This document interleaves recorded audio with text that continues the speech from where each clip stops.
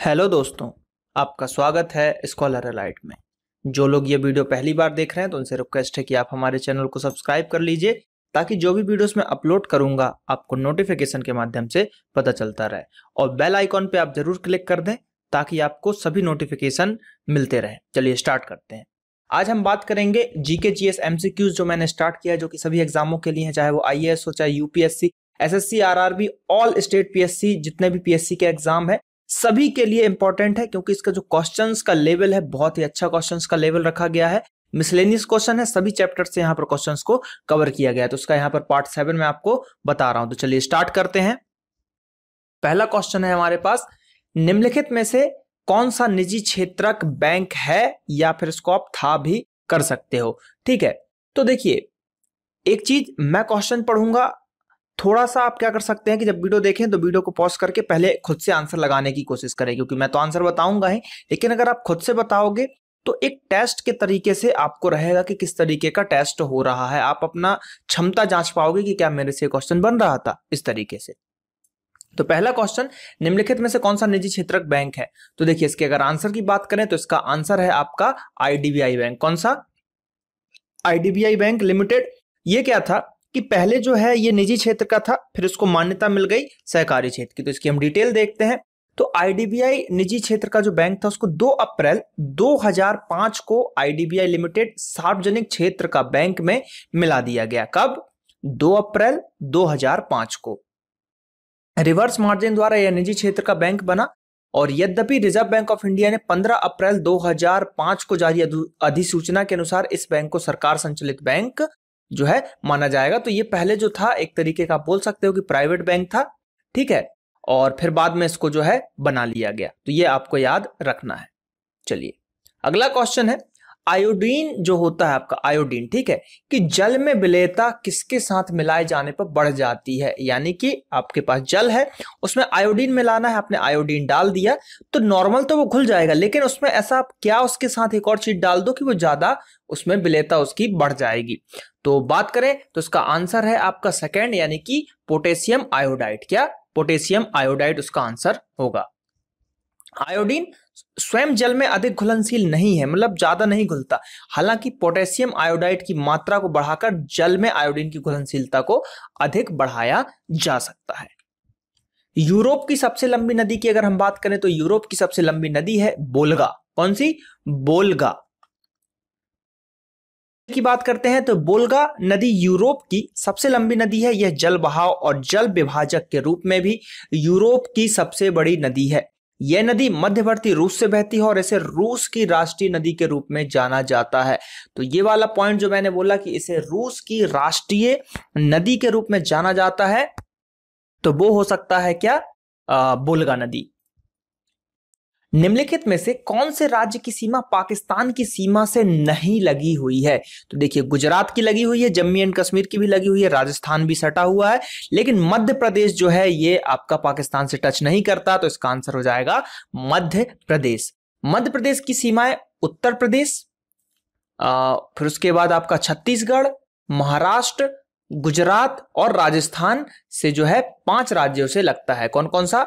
UP, ठीक है, छत्तीसगढ़ जो कि एमपी का ही पहले भाग था, 2000 में इसको अलग किया गया है। उसके बाद बात करें तो महाराष्ट्र, फिर बात करें हम गुजरात, फिर बात करें तो हम राजस्थान, ठीक है। तो इन 5 स्टेट से हमारी सीमा यानी कि मध्य प्रदेश की सीमा टच करती है। रिवॉल्वर, रिवॉल्वर की खोज किसने की? तो देखिए मार्कोनी जो थे इन्होंने किसकी खोज की थी? इन्होंने रेडियो की खोज करी थी, ठीक है। तो ये तो होंगे नहीं, फेराइडे भी नहीं है, विद्युत से रिलेटेड चीजें हैं। अब इन दोनों में से है सोल्ट्स और कोल्ट। तो रिवॉल्वर जैसा कि मैं बता चुका हूं आपके पीएससी के टेस्ट सीरीज में कि रिवॉल्वर की खोज किसने करी थी। तो रिवॉल्वर की खोज की अगर हम बात करें तो ये करी थी कोल्ट ने। किसने? कोल्ट ने। देखिए इन्होंने क्या किया था कि अमेरिकी मूल के थे। इन्होंने देखिए अमेरिकी उद्योगपति और आविष्कारक सैमुअल कॉल्ट, कौन? सैमुअल कॉल्ट ने सर्वप्रथम 1835 में बड़े पैमाने पर रिवॉल्वर का उत्पादन किया। उन्होंने Colt's patent fire arms manufacturing company की स्थापना की थी और व्यापारिक दृष्टिकोण पर रिवॉल्वर का उत्पादन किया था। तो मेनली आपको याद रखना है कि किसने किया? कोल्ट। तो इसको आप रिलेट कर सकते हो, रिवॉल्वर है तो रिवॉल्वर से उसमें हम बुलेट डालते हैं तो, और वो बोल्ट की स्पीड से जाता है बिल्कुल, ठीक है, बुलेट ट्रेन की स्पीड से जाता है, उसैन बोल्ट भी उसी स्पीड से दौड़ता है। तो लगभग हम बोल सकते हैं, जैसे बोलते हैं ना कि उसैन बोल्ट है, तो बोल्ट है वो गोली की तरह जाता है एकदम। तो कोल्ट, बोल्ट से बना कोल्ट, कोल्ट भी गोली की तरह जाता है। तो इससे आप रिलेट करके रिवॉल्वर को रिलेट कर लो, कोल्ट रिवॉल्वर। तुम मुझे खून दो मैं तुम्हें आजादी दूंगा, यह नारा किसने दिया था? तो यह तो बिल्कुल सिंपल सा है, सभी को याद होगा, सुभाष चंद्र बोस ने यह नारा दिया था कि तुम मुझे खून दो और मैं तुम्हें आजादी दूंगा। तुम मुझे खून दो मैं तुम्हें आजादी दूंगा, यह प्रसिद्ध नारा सुभाष चंद्र बोस के द्वारा दिया गया नारा था और एक लोकप्रिय कथन भी है। 4 जुलाई 1944, 4 जुलाई 1944 को बर्मा में, जिसका नाम अब चेंज करके म्यांमार रख दिया गया है, एक रैली में इंडियन नेशनल आर्मी के सिपाहियों में देशभक्ति की भावना का संचार करने के लिए उन्होंने यह उद्गार किया था। बहुत ही अच्छी बात कही थी उस समय क्रांतिकारियों के खून को ललकारना, तुम मुझे खून दो मैं तुम्हें आजादी दूंगा, यानी कि आप देश के लिए अपनी जान को न्यौछावर कर दो और मैं आपको आजादी जरूर दिलाऊंगा। तो इस तरीके से जो है उन्होंने देशभक्ति की भावना सिपाहियों के शरीर में संचार करने के लिए ये सब चीजें बोली गई थी। जैसे हम आज बोलते हैं ना कि यार हमको मोटिवेशन चाहिए, पढ़ाई करने के लिए मोटिवेशन चाहिए, तो यही था उस समय, लड़ाई करने के लिए भी मोटिवेशन, हर चीज के लिए मोटिवेशन की जरूरत पड़ती है। चलिए बात करते हैं अगले क्वेश्चन की, फॉर्मिक एसिड या फॉर्मिक अम्ल की किससे आसानी से पहचान की जा सकती है? यानी कि अगर आपके रूम में फॉर्मिक एसिड रखा हुआ है तो आप उसको कैसे पहचान सकते हो? क्योंकि उसका कोई कलर नहीं होता, फॉर्मिक एसिड जो होता है वो रंगहीन होता है, एक तरीके का पानी जैसा। तो उसको आप कैसे पहचानोगे कि ये फॉर्मिक एसिड है? तो उसको आप पहचान सकते हो तीखी गंध से। किससे? तीखी गंध से, क्योंकि फॉर्मिक एसिड जो होता है अगर रूम टेम्परेचर पे नॉर्मल है तो उसकी गंध बहुत ही तीखी होती है। तो इसका डिटेल देखते हैं। फॉर्मिक एसिड एक रंगहीन द्रव्य है जो कमरे के तापमान पर अत्यधिक तीखा गंध करता है और यह एक सरल कार्बो, ठीक है, सरल कार्बोक्सिलिक जो एसिड होता है वो है, ठीक है। उसके बाद जो प्राकृतिक रूप से चींटी, ये भी क्वेश्चन पूछा जाता है कि चींटी के विष या चींटी के डंक में कौन सा एसिड पाया जाता है? तो फॉर्मिक एसिड पाया जाता है। तो ये 2 क्वेश्चन यहां से बन सकते हैं। पहला क्वेश्चन तो मैंने बताया है, देखिए चींटी वाला तो हर एग्जाम में पूछा ही जाता है, वो लगभग सभी को पता है। लेकिन ये जो क्वेश्चन मैंने ऐड किया ये बहुत कम लोगों को पता है कि फॉर्मिक एसिड की पहचान कैसे करोगे? तो तीखी गंध से उसको आप पहचान करोगे। और एक फायदा और है इसका, जैसे कि मैंने बताया कि चींटियों के विष में होता है। तो चींटियां जो अपना घर बनाती है मिट्टी का, जैसे वो टीला टाइप का बनाती है रेड वाली, तो वो अगर मिट्टी जैसे वहां से चींटियां जा चुकी हैं तो उस मिट्टी में फॉर्मिक एसिड का जो है कुछ मात्रा रह जाता है। अगर उसको आप अपने बॉडी पे लगा लेते हो तो आपको मॉस्किटोज, मच्छर नहीं काटेंगे। क्या? मच्छर नहीं काटेंगे। तो ये सब चीजें भी जो है रिलेट करती हैं एक दूसरे से। राष्ट्रीय विकास परिषद के अध्यक्ष के रूप में कौन कार्य करता है? राष्ट्रीय विकास परिषद के अध्यक्ष के रूप में तो यह कार्य करते हैं प्रधानमंत्री जी। राष्ट्रीय विकास परिषद, नेशनल डेवलपमेंट काउंसिल की अध्यक्षता प्रधानमंत्री के द्वारा की जाती है। इस परिषद में केंद्रीय मंत्रिमंडल यानी कि कैबिनेट स्तर के सभी मंत्री, सभी राज्यों के मुख्यमंत्री या उनके प्रतिनिधि, केंद्र शासित प्रदेशों के प्रतिनिधि और योजना आयोग के सदस्य भी शामिल होते हैं। तो कौन करेगा? प्रधानमंत्री जी करेंगे। बौद्ध धर्म ग्रंथ, ठीक है, जिसको हम त्रिपिटक के नाम से जानते हैं या त्रिपिटक में दिए गए हैं, तो उसमें जो ये पिटक है, पिटक का अर्थ क्या होता है? तो पिटक की अर्थ की बात करें तो पिटक का अर्थ होता है टोकरी। क्या? बास्केट, टोकरी होता है। तो देखिए त्रिपिटक पाली भाषा का शब्द है। किसका? देखिए बौद्ध धर्म में पाली भाषा का यूज होता था और जैन धर्म की बात करें तो प्राकृतिक भाषा का। तो पाली भाषा का शब्द है जिसका अर्थ है 3 टोकरियां, 3 बास्केट्स। इस पारंपरिक शब्द का प्रयोग बौद्ध धर्म के अनुयायियों द्वारा अपने धार्मिक ग्रंथ के विभिन्न सिद्धांतों का वर्णन करने के लिए किए गए हैं। 3 पिटकों में सूत्र पिटक, विनय पिटक और अभिधम्म पिटक शामिल है। कौन कौन से? सूत्र पिटक, विनय पिटक और अभिधम्म पिटक। तो ये भी आपको बौद्ध धर्म से रिलेटेड है, आपको याद रखना है। 3 पिटक होते हैं, एक सूत्र होता है, दूसरा विनय होता है और अभिधम्म। ये 3 पिटक आपके माने जाते हैं। तो ये 3 पिटक आपको याद रखना है। ब्रह्म समाज की स्थापना किसने करी? तो ब्रह्म समाज की स्थापना की अगर हम बात करें तो ब्रह्म समाज की स्थापना करी है राजा राम मोहन राय ने। इसका आंसर हो जाएगा राजा राम मोहन राय ने।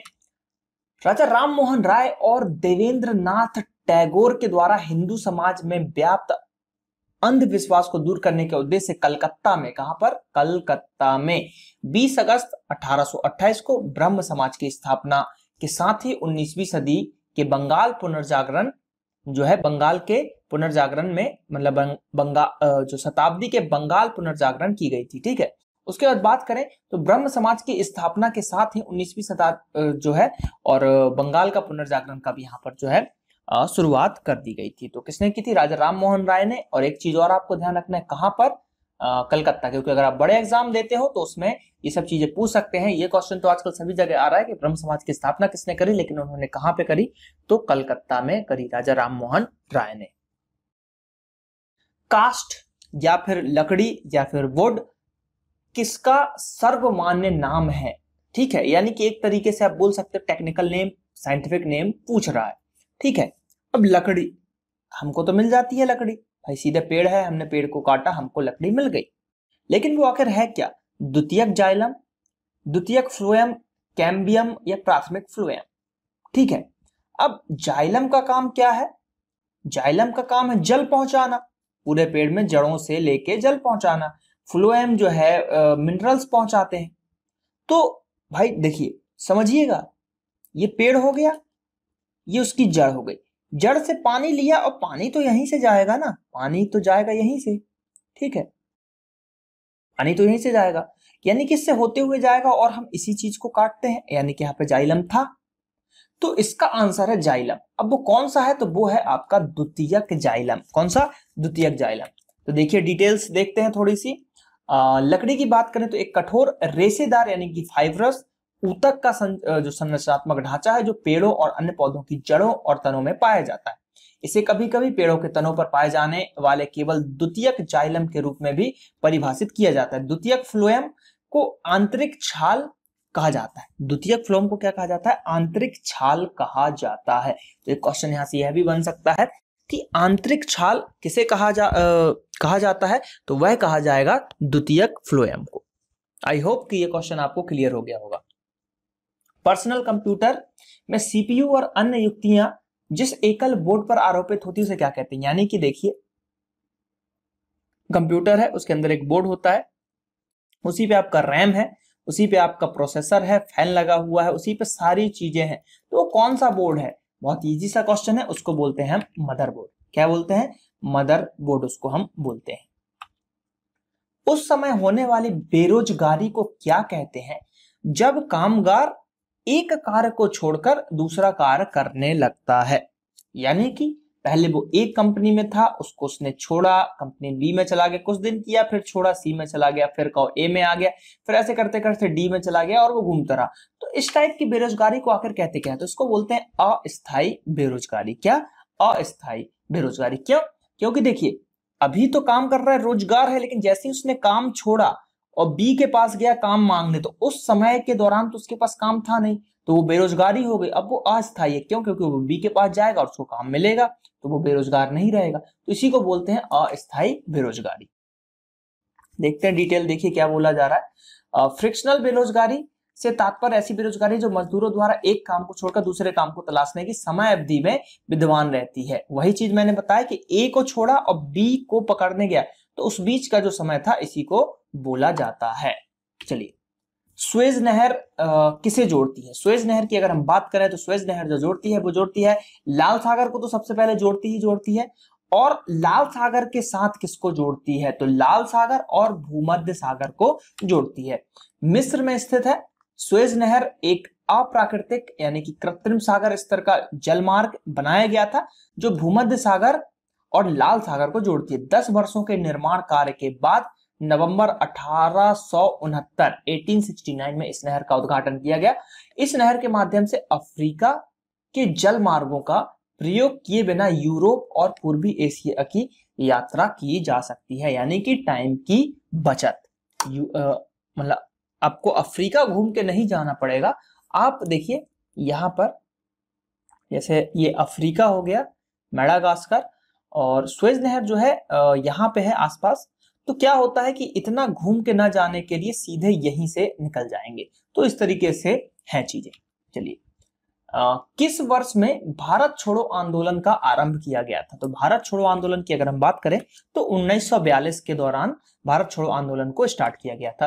गांधी जी के द्वारा सत्याग्रह आंदोलन शुरू करने के फलस्वरूप 1942 में भारत छोड़ो आंदोलन को शुरुआत की गई और एक जो था ये, जो एक प्रकार का सविनय अवज्ञा आंदोलन था। गांधी जी ने अंग्रेजों को शांतिपूर्वक भारत से निकल जाने के लिए कहा कि भैया आप शांतिपूर्वक चले जाइए। तो ये गांधी जी का काम था, और उधर जो गरम दल के नेता वगैरह थे तो वो अपना कार्यकारी कर रहे थे। तो सभी के सहयोग से हमको जो है आजादी मिली है। निम्नलिखित में से भारत की महिला राष्ट्रपति कौन रही हैं? जयललिता, विजया लक्ष्मी पंडित, सरोजिनी नायडू या फिर प्रतिभा पाटिल? तो प्रतिभा पाटिल जी जो है हमारे भारत की राष्ट्रपति रह चुकी हैं। अब देखते हैं, प्रतिभा पाटिल 2007 से 2012 तक भारत के 12वें राष्ट्रपति के रूप में पदभार ग्रहण किया था। वह भारत की प्रथम महिला राष्ट्रपति थी। उन्होंने 25 जुलाई 2007 को राष्ट्रपति के पद एवं गोपनीयता की शपथ ली थी। उन्होंने पूर्व राष्ट्रपति अब्दुल कलाम का स्थान लिया था। प्रतिभा जो देवी पाटिल जी थी, उन्होंने राष्ट्रपति चुनाव में अपने निकटतम प्रतिद्वंदी भैरव सिंह शेखावत को नजदीकी अंतर से हराया था। तो किसको हराया था? भैरव सिंह शेखावत। एग मार्क क्या होता है? एग मार्क तो देखिए सिंपल सा क्वेश्चन है। अंडा, घी, शहद आदि जैसी वस्तुओं के लिए गुणवत्ता गारंटी एक स्टाम्प है एग मार्क। वर्तमान मापदंड चिन्ह एग मार्क द्वारा लगभग 205 विभिन्न सामानों की गुणवत्ता की जांच की जाती है। इसमें दाल की भी किस्में, अनाज, वाष्पशील तेल, वनस्पति तेल, फल, सब्जियां और सेवई जैसे अर्ध परिष्कृत वस्तुएं जो होती हैं वो भी शामिल होती हैं। तो लगभग 205 वस्तुएं इसमें शामिल हैं। जब राष्ट्रीय आपातकाल घोषित किया जाता है तो इनमें से कौन सा आपका अधिकार है जो निलंबित रहता है? तो वो रहता है आपका मूल अधिकार या फिर मौलिक अधिकार। ठीक है, मूल अधिकार या फिर मौलिक अधिकार। तो ये निलंबित रहता है, लेकिन 21 का फर्स्ट जो है आपका, यानी 21 जो है आर्टिकल 21 जीवन जीने का अधिकार, जीवन जीने का अधिकार, तो ये जो है आपका एकदम लागू रहता है। आप जीवन जी सकते हैं, ये अधिकार आपसे कोई नहीं छीनेगा। देखिए 6 मौलिक अधिकारों की स्वतंत्रता का अधिकार स्वतः ही निलंबित हो जाता है। इसके विपरीत मूल अधिकारों में जीवन का अधिकार और निजी स्वतंत्रता का अधिकार, राइट टू लाइफ एंड जो पर्सनल लिबर्टी, निलंबित नहीं किए जा सकते। तो ये चीजें जो है यहाँ पर दी गई हैं। मानव शरीर में ऑक्सीजन किसमें वाहित होती है? तो मानव शरीर में ऑक्सीजन की हम बात करें तो वो होती है रक्त। ठीक है, खून में जो है ऑक्सीजन वाहित होती है, तो ये आपको याद रखना है। शरीर में ऑक्सीजन अधिकांशतः मात्रा में हीमोग्लोबिन, अब देखिए हीमोग्लोबिन में एक आपका हीम हो गया। ठीक है, ये हीमो यानी कि हीम और ग्लोबिन, तो हीम जो है ये है रंजक, जो कि खून को जो ब्लड होता है उसको क्या देता है? कलर रेड कलर यही देता है। और ग्लोबिन प्रोटीन होता है। क्या होता है? प्रोटीन होता है। तो ये आपको याद रखना है, एक बार एक एग्जाम में ये पूछा जा चुका है कि हीम क्या है। तो हीम एक रंजक है। तो देखते हैं, जो लाल रक्त कोशिकाओं आरबीसीज रेड ब्लड सेल में पाया जाता है, ऑक्सीजन के अणु पृथक कोशिकाओं से होते हुए शरीर के ऊतक टिश्यूज के माध्यम से पूरे शरीर में फैल जाते हैं ऑक्सीजन को सोखते हुए। कुल प्राप्तियों से अधिक कुल खर्च को क्या कहते हैं? यानी कि आपके पास 50 रुपए प्राप्त हो रहा है लेकिन आपका खर्च 60 रुपए हो रहा है, तो प्राप्त तो हुआ आपकी कमाई है मेनली। देखिए इसको इससे जोड़िए कि आपकी पेमेंट है 10,000 रुपए और आपका मंथली घर का खर्च है 12,000 रुपए। तो यही चीज यहाँ पे पूछ रहा है कि कुल प्राप्तियों से अधिक कुल खर्च को क्या कहेंगे? तो इसको कहते हैं राजकोषीय घाटा। क्या बोलते हैं? राजकोषीय घाटा। कुल बजट, ठीक है, कुल बजट खर्च और कुल बजट प्राप्तियों उधार छोड़कर के अंतर को वित्तीय घाटा कहते हैं। वित्तीय घाटा कुल बजट खर्च माइनस कुल बजट प्राप्तियां उधार को छोड़कर, यह कुल उधार एवं अन्य देनदारियों का योग है। तो यही राजकोषीय इसको घाटा कहते हैं। एक विमान का ऊपर उठना किस पर आधारित है? यानी कि एक एरोप्लेन है, एक विमान है, वो जमीन से चलते चलते ऊपर उड़ जाता है, तो ये किस नियम पर आधारित है? गुरुत्वाकर्षण का नियम तो नहीं होगा क्योंकि गुरुत्वाकर्षण का नियम तो नीचे खींचता है। कूलाम का नियम, टॉरिसलिस का सिद्धांत, या फिर बात करें तो बर्नौली का सिद्धांत। तो इसका आंसर है बर्नौली का सिद्धांत। बर्नौली के सिद्धांत की बात करें तो हवाई जहाज के पंखों यानी कि विंग्स पर लगे वायुगतिकी उन्नयन को स्पष्ट करने के लिए सामान्यतः यह तर्क दिया जाता है कि वायु की तीव्र गति के कारण उसके जो विंग्स होते हैं उसके चारों तरफ वायु दाब वहां पर घट जाता है, जिससे उत्थापन यानी कि लिफ्टिंग में जो है आपका उत्पन्न होता है और जहाज को उड़ान भरने में सहायता मिलती है। यह सिद्धांत बर्नौली के नियम पर आधारित है। तो इस टाइप के क्वेश्चन आ जाते हैं, फिजिक्स से रिलेटेड भी क्वेश्चन आ जाते हैं। तो देखिए ये जो मैंने सीरीज चालू की है जीके जीएस की, इसमें मैंने हर तरीके के क्वेश्चन डालने की कोशिश की है। केमिस्ट्री के भी क्वेश्चन डालने की कोशिश की है मैंने, फिजिक्स के भी क्वेश्चन, इतिहास के, भूगोल के, लगभग सभी चीजों को यहाँ पर मैंने एक ही सीरीज में कवर करने की कोशिश की है। तो कृपया करके वीडियोस को देखिए, ज्यादा से ज्यादा इन वीडियोस को देखिए। कौन सी खोज मैडम क्यूरी के नाम से संबंध है, यानी कि मैडम क्यूरी ने कौन सी खोज की? सभी को पता है रेडियो सक्रियता की खोज की थी, और रेडियो एक्टिविटी है तो उसका यूनिट क्या है, तो उसकी यूनिट भी क्यूरी ही है, क्योंकि उन्होंने खोज की थी। इनके लिए इनको नोबेल पुरस्कार भी दिया जा चुका है, और 2 बार मिला है मैडम क्यूरी को नोबेल पुरस्कार। मैरी क्यूरी की बात करें तो भौतिकी विज्ञान और रसायन विज्ञान की थी, जिन्होंने रेडियो सक्रियता या जो आपका रेडियो एक्टिविटी विकिरणशीलता होता है उस पर अनुसंधान कर पथ प्रदर्शक का कार्य किया था। उनकी सफलताओं में रेडियो सक्रियता का सिद्धांत, रेडियो एक्टिविटी, आइसोटोप्स को पृथक करने की तकनीक, रेडियम और पोलोनियम नामक 2 धातुओं की खोज शामिल है, जिनके लिए इनको नोबेल पुरस्कार भी दिया। मृदा में नाइट्राइट को किसके द्वारा नाइट्रेट में परिवर्तित किया जाता है, यानी कि नाइट्राइट को नाइट्रेट में, क्योंकि अगर इस फॉर्म में रहता है तो ये पौधों के लिए विष का काम करता है, यानी कि ठीक है। तो कौन करता है, तो यह करता है नाइट्रोवेक्टर। कौन करता है, नाइट्रोवेक्टर। देखते हैं डिटेल। नाइट्रोवेक्टर नाइट्रस जो होता है, नाइट्रस को नाइट्रेट्स में अपचयन या ऑक्सीडेशन के लिए उत्तरदायी होता है। इसी प्रक्रिया के कारण अमोनिया नाइट्रेट्स में परिवर्तित हो जाता है। जो अमोनिया होता है वो नाइट्रेट्स में परिवर्तित हो जाता है, क्योंकि संचित नाइट्राइट्स पौधों के लिए विष या टॉक्सिक का काम करता है, तो इसी के द्वारा चेंज होता है और यह नाइट्रेट में परिवर्तित हो जाता है। कायगा थर्मल पावर प्लांट कहां पर है? कायगा। अब कायगा थर्मल पावर प्लांट की अगर हम बात करें तो यह है कर्नाटक में। कहां पर? कर्नाटक में है कायगा थर्मल पावर प्लांट।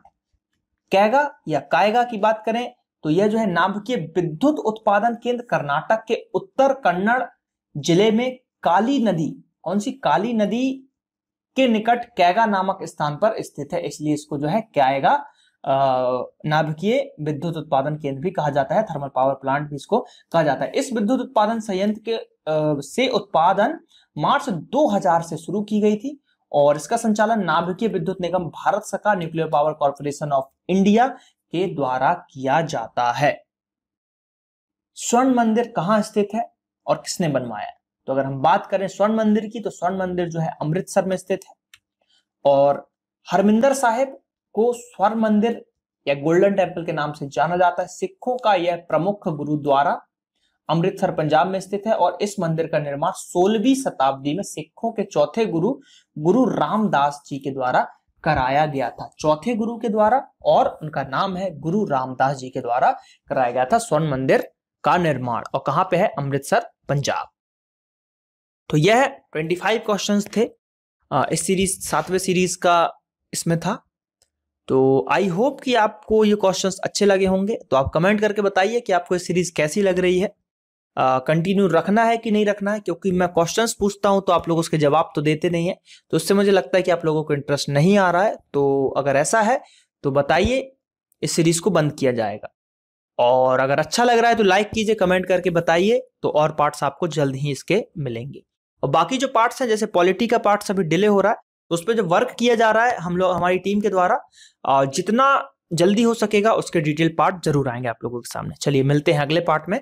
धन्यवाद। जय हिंद, जय भारत।